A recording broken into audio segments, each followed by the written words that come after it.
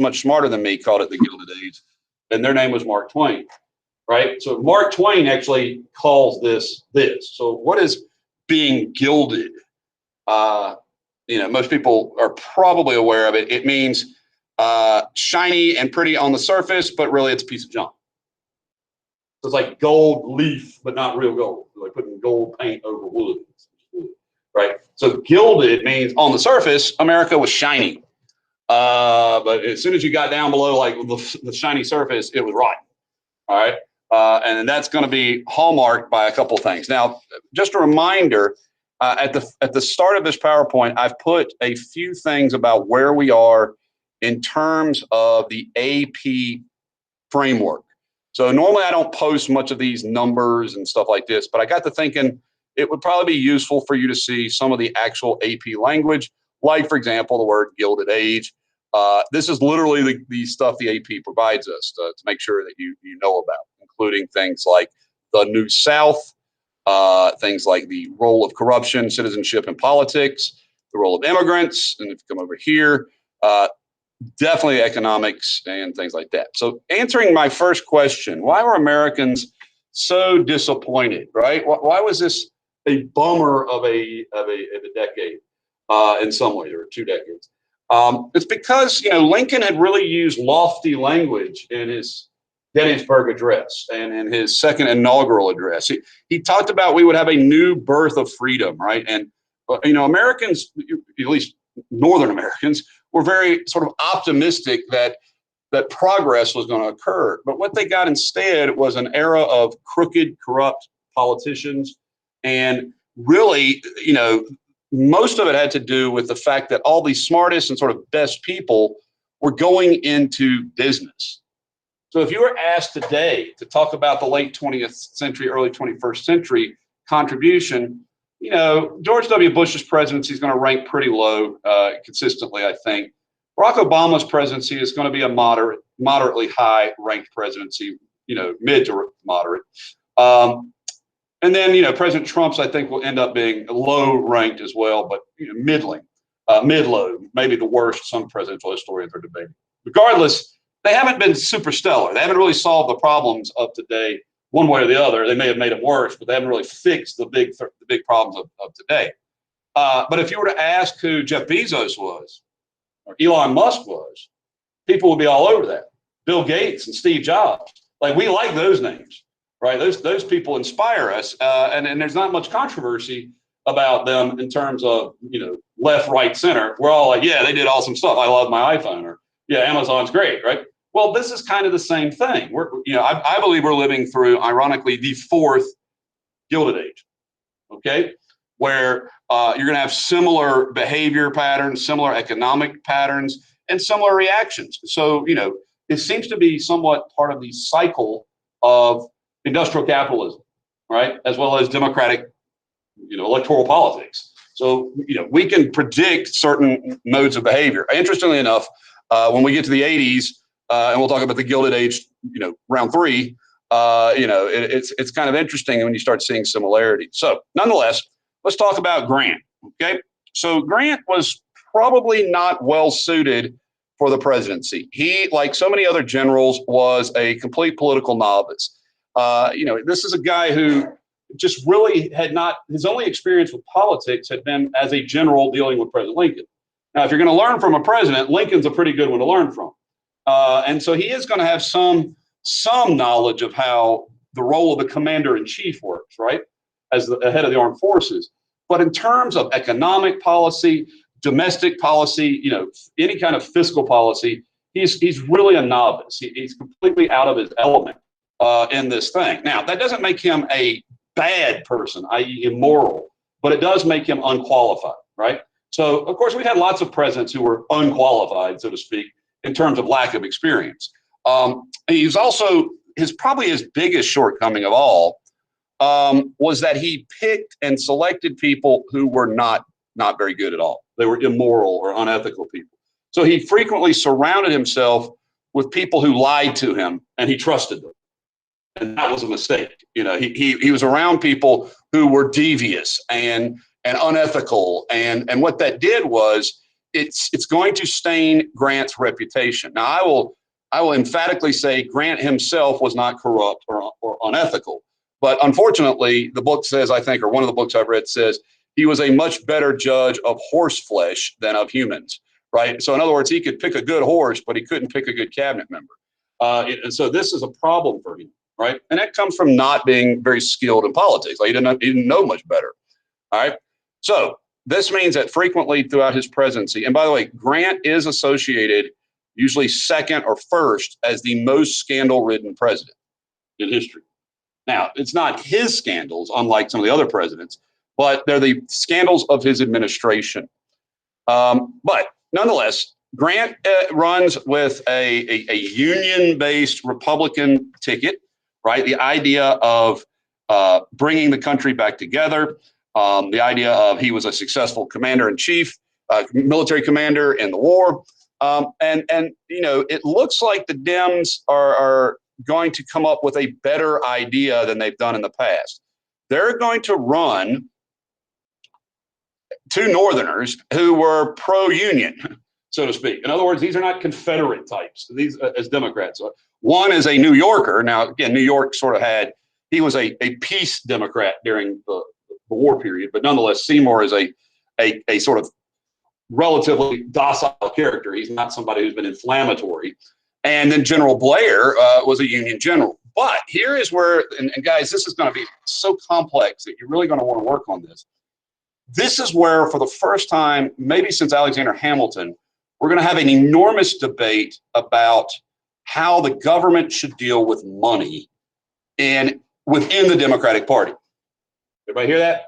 Republicans aren't going to talk much about this at all in this election, but the Dems actually divide not over North-South issues, but over how they support inflation.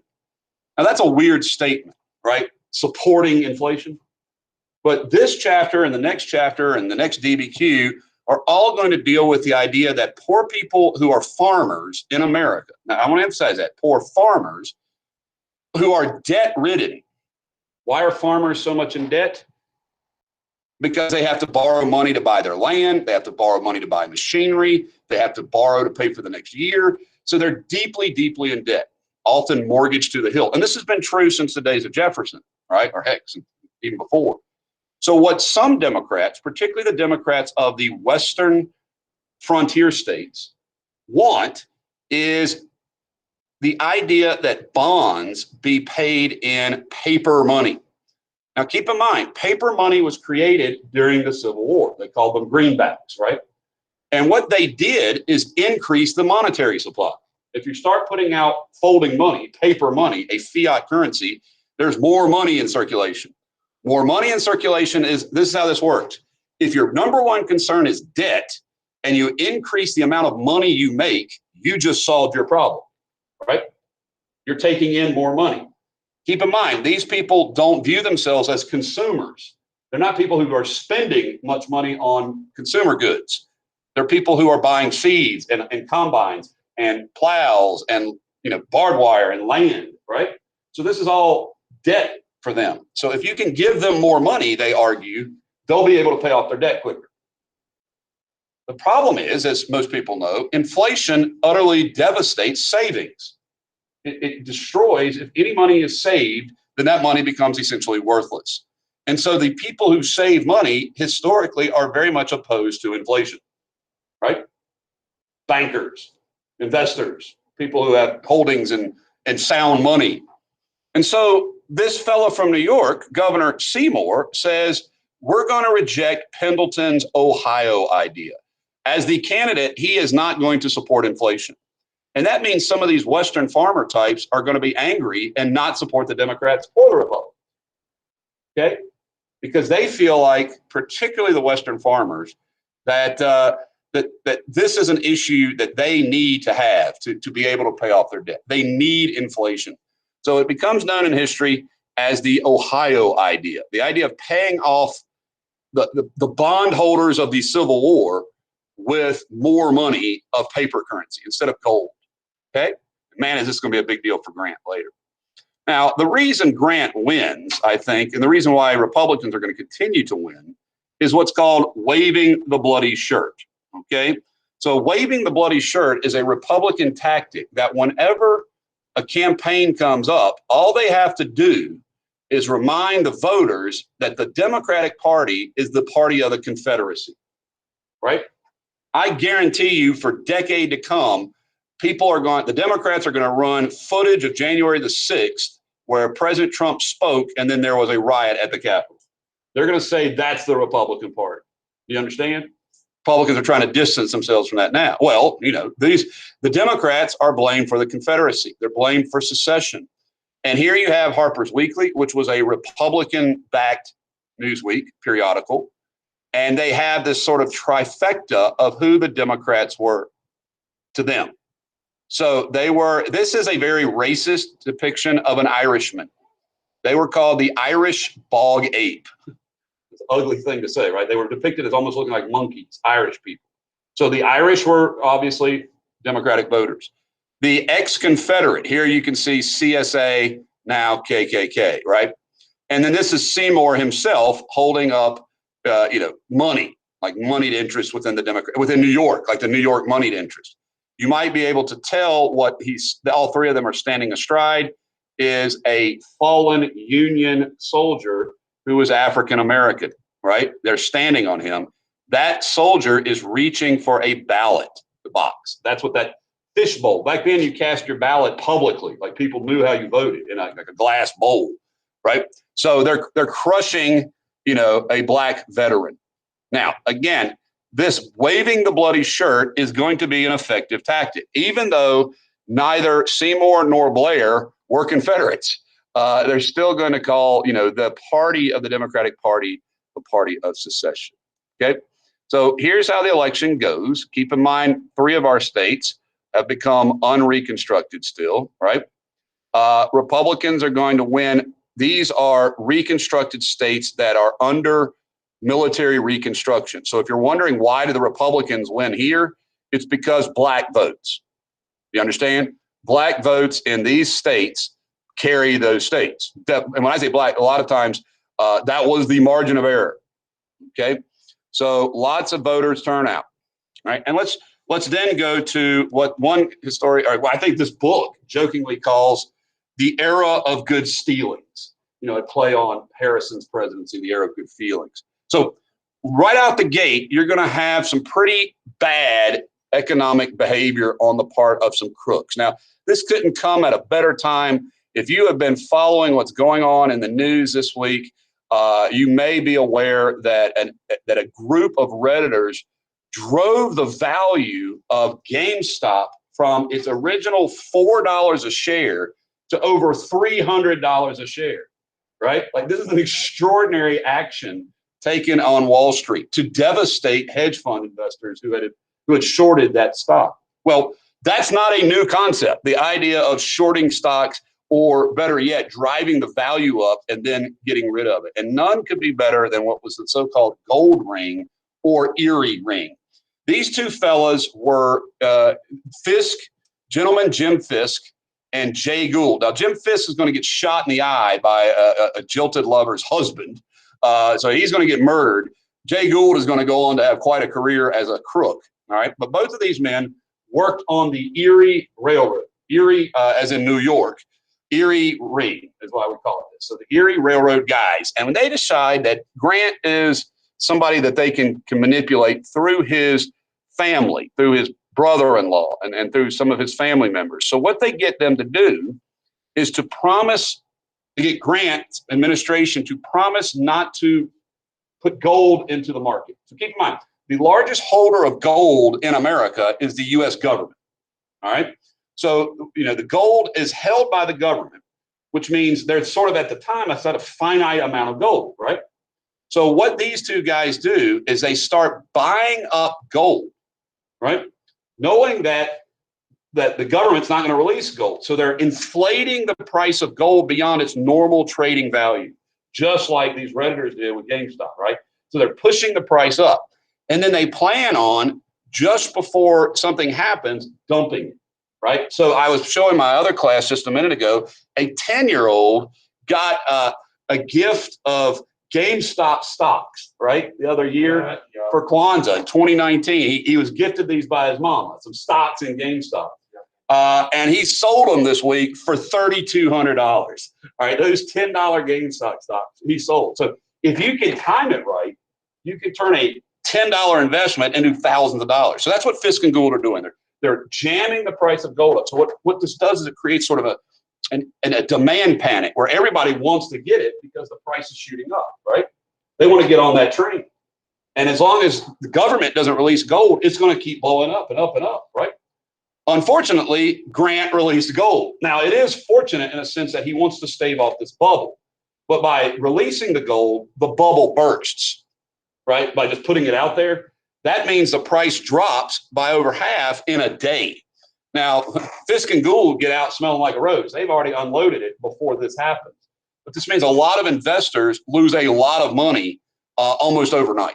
And I mean a lot. So this is called the gold ring or the Fisk Gould scheme, right? And it created a real panic in Wall Street, okay? Now, the second scandal is sort of unfairly associated with Grant for multiple reasons. First of all, it's a New York Democratic political machine. You guys understand? It's a New York Democratic machine. That Grant's a Republican, okay? So, and the Tweed ring or Tammany Hall has been around for decades, a long time. So this is not something that Grant did or had a part of, but it occurred during his presidency, so it's often associated with him. And so the most infamous sort of, and again, a reminder, a political machine, or it's a group of political operatives who basically get their supporters to give jobs in exchange for contracts for the government that are inflated. So you'll see here like awning companies, gas company, carpenters. So these are all people who are getting paid. Their workers are then told to vote Tammany. Immigrants are getting jobs. And so the whole thing seems to work well. The problem is they're like, for example, most infamously, Boss Tweed will say, we need a new city hall, right? And instead of city hall costing the $100,000 or $200,000, it ends up costing like $20 million, some staggering sum where he's like, here, we need to buy chairs for city hall. And he goes to his friend. He's like, how much do chairs cost? And the guy's like, I don't know, $5 a chair. And he says, no, they cost $20 a chair, right? And so the state, the government would pay the $20. Tweed would pocket for Tammany 10 of the dollars. They'd kick another extra 5 to their friend. And so that everybody was happy except the taxpayer. See, this is the key. If you were paying all those extra taxes, you weren't getting the money you put into it. It was going to this crooked ring, right? So this is sometimes called the Tweed ring or Tammany Hall, Boss Tweed. Now, the good news is, look at these hilarious cartoons, right? This, and by the way, Tweed was corpulent. He was a heavy set dude, but he wasn't that big, all right? But he was usually depicted as this giant fat man. And he will be sort of pilloried by the first famous cartoonist in American history. So you need to know Thomas Nast. A lot of the images you've been looking at are Thomas Nast pictures. So here you see Tweed depicted as a vulture. Here's Tweed sort of like a mercenary or a thug standing beside the ballot box. These guys use voter intimidation. They bribe. They would forge voting ballots. So Boss Tweed was a infamous kind of dude. Okay, and what happened is Nast refused to stop pursuing him. Nast would continuously put cartoons, and this is where Tweed very famously says, I don't care about stories written about me, but it's them damn pictures, right? That's his quote. Those pictures are what his readers and people who knew him would see. And they're like, oh, it's Tweed is a crook, right? Ultimately, Tweed is going to be prosecuted.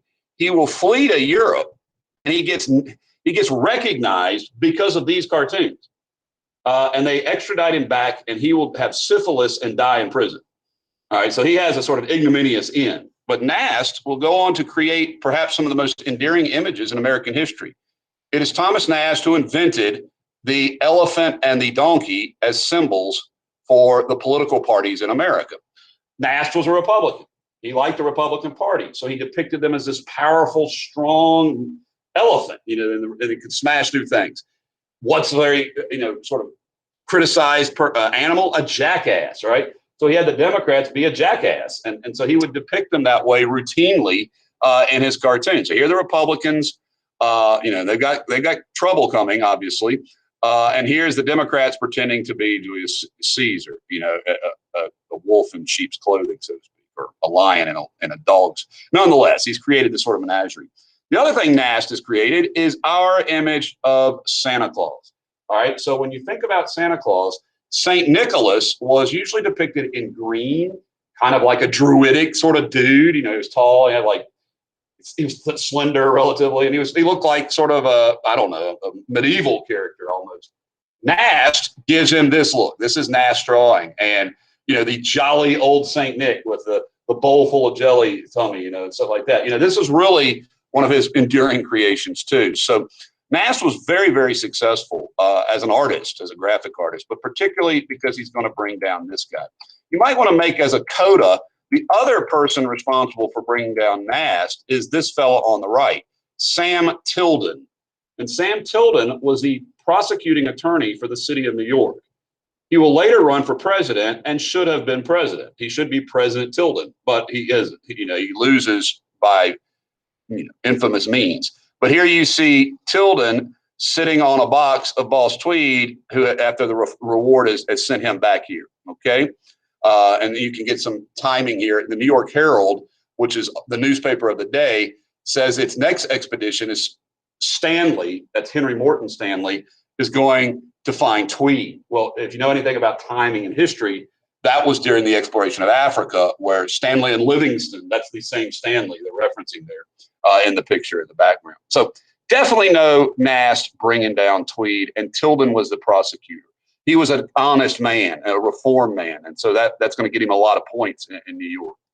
But now let's get into the scandals that Grant's administration did directly. So far, the Erie Ring, not really a scandal that Grant was responsible for. Not really. It wasn't his fault that gold got driven to the ceiling.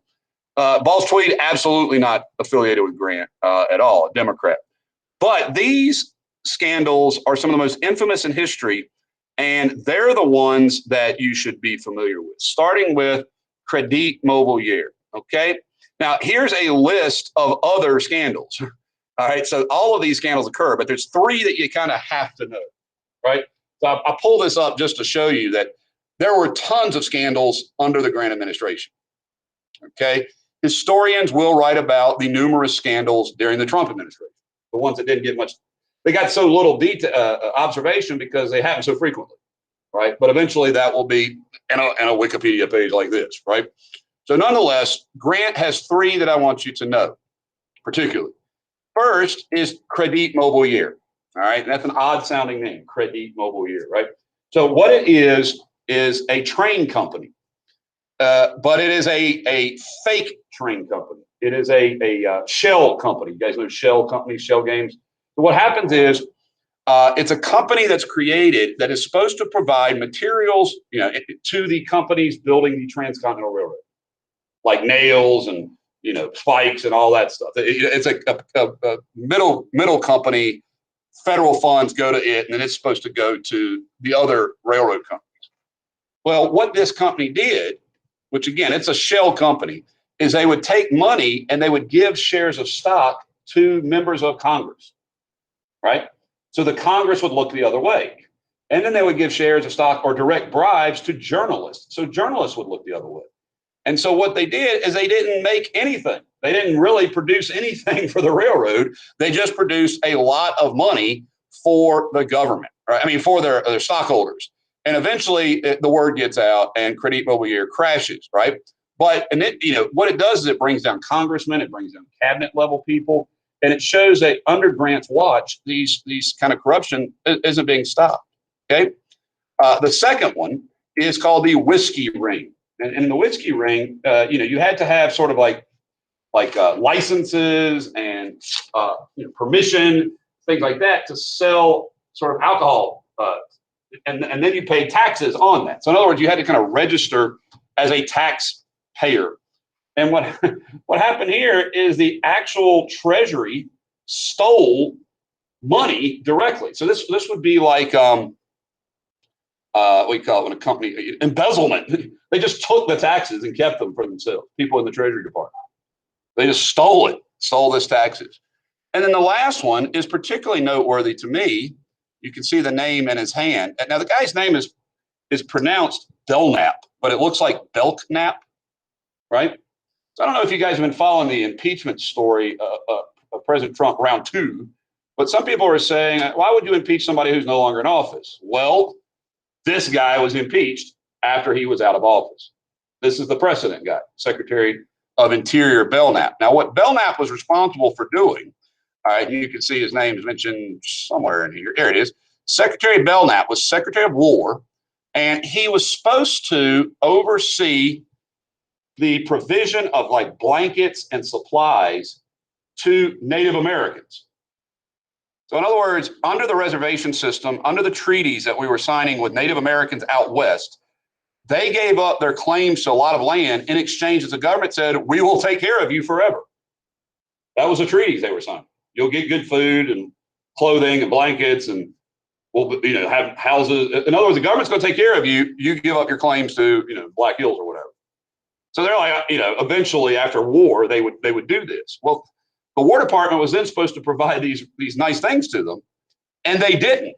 What happened is Belknap would and his cronies would charge full price, right? But they would tell the contractors, give us crappier stuff, right? Don't give us high quality, and we'll pocket the difference. We'll pay you the cheap amount. We'll pay for the cheap stuff, and we'll keep the difference. So rather than buy, like they're telling the taxpayer, we're giving them this, but instead they're buying cruddy stuff, right, and giving that to the Indians. So the Indians are getting a hard, they're being mistreated, and these guys are stealing stuff directly. So you got lots and lots of this stuff going on, y'all. I mean, like terrible. So, and if you're noticing the dates, some of these become pretty aware during Grant's presidency. So in other words, unlike some presidents who survive their scandals until they kind of come out after their presidencies, McKinley would be a prime example of that. This president is known to be associated with corruption already. Okay, so that leads to an election. And this is probably the most bizarre election, one of the most bizarre elections I've ever teach.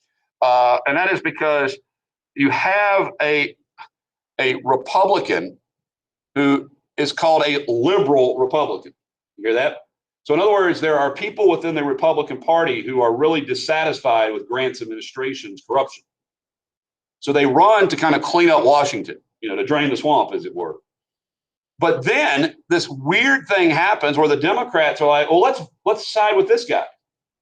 So you have the Democratic Party nominate a Republican as their candidate. You're like, what? So you have this Democrat, liberal Republican candidate named Horace Greeley. Now, Greeley was a substantive figure. He was the editor and publisher of the New York Herald. He was a famous reporter / Republican. This is the guy that Lincoln famously writes the letter to about slavery. So Greeley was sort of, a well-known commodity. However, by this point, he's taken on a bit of a weird factor. He was seen as a bit odd. And this candidacy was even odder because he had spent much of the last 7 years berating the Confederacy and Southern Democrats. And now he's running as one of them, as their ticket. So I think had the Dems come up with a decent candidate and not this sort of bizarreness, then maybe they would have had a chance because Grant was dealing with the scandals. But in the end, the election happens. You can see here Grant does very well. You can see Southern Democrats don't want to swallow Greeley, by the way, at least most of them. And it's probably a good thing because Greeley dies within weeks of the election. So had he been elected, that would have been a really weird mess, right? So he's going to die. They say he wore himself out trying to get the nomination. Now, why does Grant win this election, considering how scandalous his first administration was, his first term? A lot of it has to do, probably, I think, with relative faith in this. Okay, so what I mean by that is if you look in here, Grant is going to win a host of southern states: Arkansas, Louisiana, Mississippi, Alabama, Florida, South Carolina, North Carolina, right? It's going to win all these southern states, but it's not because of white voters per se. So Grant's second term, I think even more than his first term, is a result of black voters. Because in 72, you have the military protecting blacks voting. So they're able to go to polls and vote. By 77, they won't do that anymore, right? But at least this election, it is clear to me that without the support of black voters in the South, the Republicans don't win those states. And if they don't win those states, they may not. I think they still win the presidential election, but it's a whole lot closer. And I mean a lot closer. You're talking about, 60 electoral votes, 70 electoral at least. But nonetheless, that certainly helps Grant win the election. Now, amidst all of this, and I added this because this is going to lead to an utter collapse called the Panic of 73, right? And this is one of the worst depressions in American history. But before that, you had several major problems. One of those is often forgotten by history textbooks, but it is crucial because it's going to set up all kinds of things. And it's called the Great Chicago Fire. So for over 2 days, a fire is going to rage across the lakefront in Chicago, destroying billions in investment and in capital and in property. And that's going to create some issues. Now, later on, it's going to create some wonderful benefits. The greatness of this is the skyscraper is going to be invented in Chicago because they're going to have to rebuild this city. And so they start with a brand new idea, but that doesn't happen yet. So Chicago sets off a chain of events. Other key events are that it becomes readily clear that the railroads are not, they're valued too high. The railroads are being speculated, just like if you think about GameStop today. GameStop's getting ready to go out of business, right? But if you look at their stocks, they're unbelievably overvalued. And that's because online, people are buying them, pushing the value up. See, there's two ways a stock increases in value. One, which is the safe and smart way, is when a company returns a profit. And over time, consistently. So that's what I'm mostly invested in, what are called blue chip stocks like Coca-Cola and, Dell and IBM, or it used to be, and GE, big American companies that have always been successful, right? And they keep just staying successful. So those are called blue chips. So because the government was building the railroad, so to speak, paying for it, lots of railroad companies were being created. They were trying to all get a piece of that money, including Credit Mobile here. Remember that one? So that meant that the values were highly overvalued. They were speculated bubble. And so what happens eventually people find out that that's not what it's worth. Now, the theory about GameStop is the Redditors did it literally to stick it to the hedge fund managers who were shorting that stock. Like, in other words, they weren't really buying shares of GameStop for the intent of having a good investment. They were buying it to mess with the people who were selling it short, meaning who were betting on it losing. And they, Wall Street lost $20 billion last week as a result of that. I lost $20,000 because my stocks went down. Now they'll go back up, I hope. But my point is that that's how much the market is volatile right now, where one group of people on the internet can affect billions of dollars worth of investments. So that's speculation, and that's a dangerous game to play on Wall Street. And then the company that had financed numerous amounts of money for the railroads, the guys that had handled the federal government's bonds, right, starts going bankrupt. So this is Jay Cook and Company, a bank. So before JP Morgan was huge, there was Jay Cook. These are the guys that handled the bonds of the US government during the Civil War, right? And so this was a very credible, famous lending industry.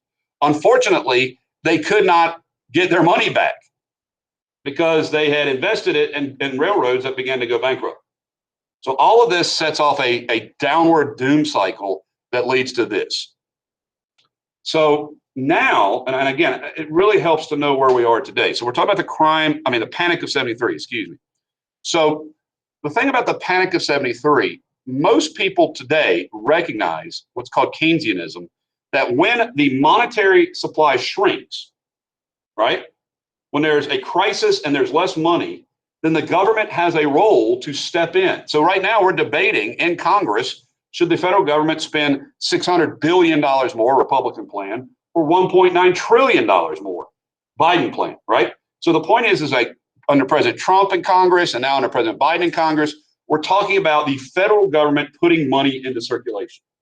into people's hands so the economy won't grind to a halt. Well, the federal government in 1873 had no power to do that. There was not a remote way the federal government could do that. So this raised what was called the money question. You remember that Ohio idea? So the Democrats particularly want inflation. They want greenbacks, which is just currency, just printed, really. We call this, like American money today. They want greenbacks printed, right? Of course, sound money people, Alexander Hamilton kind of money, say no, it has to remain what kind of money? Specie, very good, gold back. So what Grant does, which is extraordinary, is he supports a law that says coins will only be in gold coinage. Okay? It's called the Coinage Act. All right? There will be no silver coins at all. Now, one of the reasons for this is not stupid. Silver was becoming rare. And so when the government, you guys probably all heard the story, which is true, that it cost the American government money to make the penny. A penny actually costs more than a penny. The value of the metal in the penny is worth more than the penny itself is. That's why it's illegal to melt pennies, by the way, or any coin, right? Because the metal that's in it. Well, gold was more available, silver was not. And at that point in history, gold and silver were both minted as coins. We call that bimetallism, two-coin system, right?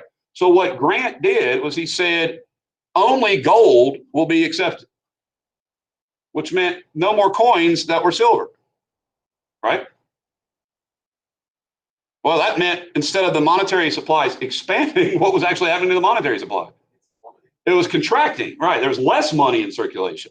And he said the greenback money of the Civil War will only be redeemed in gold, which meant there will be no new greenbacks. That's this law called the Specie Redemption Act. So what happened is people didn't even turn in their their greenbacks, because they were gold back now. So that meant that was all the money there was. And so what you imagine people started doing is what they do all the time. They start hoarding it. They start holding on to it. They stop spending it. Well, that creates another cyclical downturn, because if you're not spending money in the economy, then that means businesses start failing. Right. And so what happens is money grinds to a halt, right? And Grant doesn't seem to have a solution. His solution seems to have made it worse, right? By the way, it's called the Crime of 73 by these Western farmers who create a yet another brand new political party called the Greenback Labor Party, or the Greenback Party. So they're a single issue party whose objective is to create paper money, not backed by gold, just all new money, and to bring back silver coinage. So what the Greenback Labor Party wants is bimetallism and folding money. They want inflation.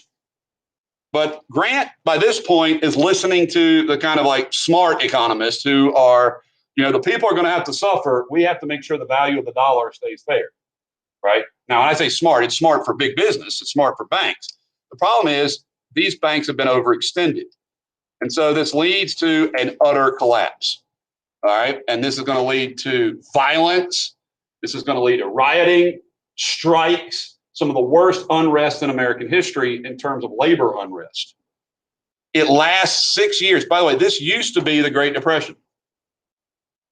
Americans called this depression the Great Depression until the 1930s. The Brits called it the Long Depression.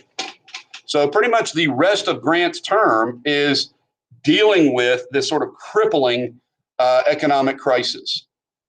And because it is a period of laissez-faire economy, the president and the executive branch and Congress have no way in their mind of dealing with it. Keynesianism hasn't happened yet. There is no idea of stimulating the economy by government jobs programs or anything like that. So it's just people are out of work and hungry and suffering. And so they react violently. And you will have some very big strikes during this period, most notably in 1877. Okay, so keep that in the back of your mind. While all these scandals are going on, this is happening, right? Okay, now, one of the things that's interesting to me about the Gilded Age is how different it was from some of your earlier periods, like the era of good feelings. So in other words, it's very similar to today, very similar. And that is because America is almost completely divided. divided politically. So if you think about this, this is sort of, by the way, again, I mentioned the who coined the expression Gilded Age was Mark Twain. You know, I forgot to remind you of that, but Mark Twain says that to describe a shiny surface with a rotten center, right? So our country was like rotten, according to Mark Twain. So if you look at today as a sort of re-emerging Gilded Age, or not now, but has been, think about the election since President George H.W. Bush, okay? So H.W. Bush, one-termer, Republican. Bill Clinton, two-termer, Democrat, right? So far, so good. George W. Bush, two-termer, Republican. Barack Obama, two-termer, Democrat. Donald Trump, one-term Republican. Are they going back and forth again? Just like here, Congress has changed who's the majority leader, who's the Speaker of the House. It keeps doing this, so it's not stable. However, what is stable is its predictability of how close it is, right? It's a stalemate in some respects. So you're going to have a whole lot of that during the Gilded Age.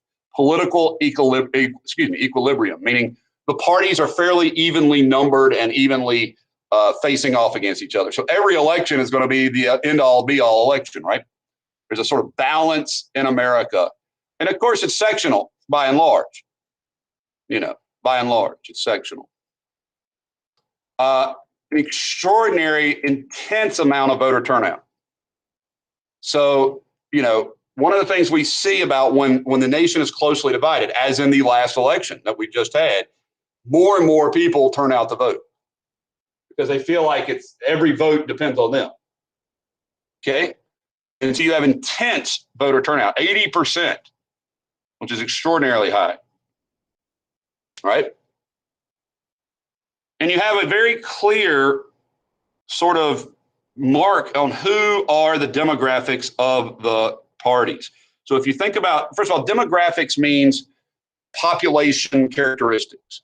So the demographics of the Gilded Age are these folks. These are the people that, now again, I don't want to say that every single person voted this way every time, any more than I would say like every African-American votes Democrat. Not true.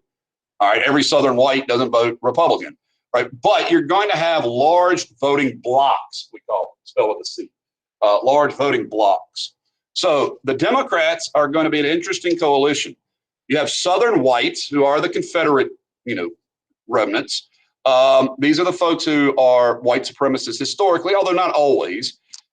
Catholics, these are big city Catholics, who, by the way, white Southerners can't stand. Immigrants, who also white Southerners can't stand. Factory workers, right? And farmers. So what a wonderful coalition of a variety of people, right? So that's the Democratic voters. Republicans tend to have Northern whites, right, who are factory middle class related, like in other words, more middle class. Typically old school religious folks, waspy, right? Think the classic Republicans of old, and then the African American vote. So when we get to the 1960s, you'll see some key changes in these blocks, but not completely. You understand? Several of these folks are still in these blocks. Most notably, Catholics, immigrants, urban poor are still Democrats, right? Republicans still are pro-business white people, waspish old school people, and a lot of the middle class. So this is where you're having the beginning of the modern, like today, political party system. All right. Now, another point that should be made is, and this is not in a list right here, but you can certainly be familiar with it. The government did not do very much. It's one of the reasons why the presidents during this period are called forgettable presidents. I mean, if I were to ask you to tell me what happened under Chester Arthur's presidency, you'd probably draw a blank, right? Chester Arthur was a president. James A. Garfield, what happened under Garfield, right? Like, nobody knows James Garfield. Benjamin Harrison, this is Henry Harrison's grandson, right? Well, what else did he do? So my point is like very little happens from the executive branch. The government didn't do much, it kept the army mostly dealing with Native Americans. They sent the mail on trains. They collected taxes and they dealt with foreign countries. And that's about it. The only domestic policy issue at all was to make sure that veterans got their pension, That's a huge issue. Veterans had to get their pension because that meant veterans would vote for you, right? Got to keep that pension coming. Whichever party guarantees the long-term success of Social Security and Medicare will always have seniors' votes. You understand? Old people will vote that way today. Now, again, the president didn't really run the country much. In reality, bosses ran the country. This is Boss Conkling, a senator who was really the head of, at least for a period of time, the Republican Party, more or less. Okay, so you had the presidents would sort of serve as the middle of the factions that were feuding. So they would be like the compromise figure who would try to get all the groups within his party. You cannot imagine how exactly the case is right now with Joe Biden. Joe Biden is a character straight out of this period, in terms of he's this old sort of, kind of respected, don of the Democratic Party, but you better make sure that his vice president is a lady and a person of color and a person that's progressive. Because if you don't get that representation, you're going to lose those folks as Democrats, as people didn't vote for Hillary Clinton because Bernie Sanders lost. So the Dems are going through this too. It's like a crisis of identity. Like you got to make sure that you get all your various elements, like represented. 4,800, is that the number I read? 4,800 Republicans in Colorado quit the party this weekend because they didn't want it to be a party associated with January the 6th. So like this is really an interesting similarity where there are these differences within the parties. And so the thing that the president could do, the one thing the president did a lot was the spoils system. So you need to remember this. By 1890, 166,000 people are being appointed jobs for the federal government, the spoils system, right? So that's about the only patronage. That's about the only gig the president had. Today, by the way, over 1.5 million people work for the federal government. So, boy, has that number grown. But nonetheless, those people are not handpicked by the president. Every one of these people were chosen by the president. So that's what they spend all their time doing, just giving out jobs for the federal government. Okay, so make sure you dig that. All right. And so what began to happen was pretty clear that the Republicans were losing credibility. Grant considered a third term, guys. Grant really said that he thought he would do that, but he finally decided not to because of the precedent established by George Washington. It's probably a good thing. Grant is going to get throat cancer from all those cigars and die not much after his presidency. But nonetheless, he will write a very famous memoir. Grant's biography is really famous. But nonetheless, the Republicans have done a pretty poor job of dealing with these issues. Okay, so what should be really jumping off the page at you is there's no mention in this slide of Reconstruction, right? So what's happened is the issues that are kind of overwhelming the country are making Republicans tired of trying to divert money and resources to helping Black people vote in the South, right? This is becoming something Northerners, like if you're a Republican in the North, the last thing you want to be telling people, and this is an issue now, folks, if you're a Democrat talking to a poor middle-class white guy in Michigan who's lost his job to outsourcing, and you say, well, if you elect me, I'll make sure that transgendered people serve in the military. That's not what that guy wants to hear, right? Well, that's the issue that these Republicans were dealing with. They're like trying to solve the crisis, which they couldn't, trying to pad their own pockets, trying to deal with Grant's corruption itself. And the last thing they want to do is say, oh, yes, if you reelect me, I'll make sure that Black folks vote in Louisiana. Like that's not what Northern white people were concerned about, sadly. That's the reality of it. So that leads us into an election. And I mentioned before, this should be the election that is known for President Tilden, but it isn't. So what happens is the Republicans say, well, we've got to nominate somebody squeaky clean. We got to come up with somebody who has nothing to do with the scandals of Grant, right? By the way, when you think about Rutherford B. Hayes, he was a decent guy. He was one of these fellows who came from a highly electable state, a key state, and his background was kind of working with people. His wife was so sort of puritanical that she was called Lemonade Lucy because they wouldn't allow alcohol served in the White House. So like White House reporters would sneak booze into the White House and fruit, and she would only serve lemonade. So he's a decent guy, you know. The Republicans come up with a decent fella, and then the Dems really pull out all the stops here, and they nominate the guy who's now governor of New York. He used to be the prosecutor from New York, who brought down Boss Tweed. Can't doubt his reform credentials, right? So you've got this, you know, decent fella from Ohio, Hayes, who's seen as like non-controversial, and you've got this really decent guy from New York named Sam Tilden, right? And this then means the issue is going to be over race primarily. Okay. So you have the election, and man, this is one of the most fraught elections ever. If you know, voters this year think that this year's election, in the past year, 2020, was a flawed election, they have never compared it to 1876. Because this election, the last three southern states that were not reconstructed officially will submit ballots, right? It is pretty clear from everything I have read that the Democrats win Florida. Do you understand? Now take a look at the electoral vote. That is a 50-50, 185 to 184 split. So if 4 votes go from Hayes, 185, to Tilden, 184, Tilden wins. Well, the problem is in this election, the so-called stolen election, what happened is the state submitted 2 electoral ballots. See, this is kind of what Republicans who were storming the Capitol were trying to disrupt on January the 6th, the counting of electoral ballots. So these ballots get sent from Florida, get sent to Washington, and they go to, you know, open, and they have 2 sets of returns. Like the Democrats have submitted returns and the Republicans have submitted returns. And the Dems are saying, if you don't accept our returns, we're going to discuss leaving again, right? As a possibility. Now, that's not Tilden, but some of the Southern threatened. Republicans are like, no way we're going to let that happen. We're not going to lose the presidency, right? We're not going to let a Florida miscount keep us out of the White House. So this is what they come up with. They create a commission to study the electoral results and then vote on which electors should be received.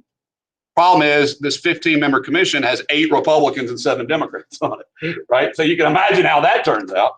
So Hayes is going to be declared the winner, but here's the catch. As mentioned earlier this week, the Republicans are going to agree to withdraw the last federal troops from the South, thus formally ending military reconstruction. This is what becomes known as the Compromise of 1877.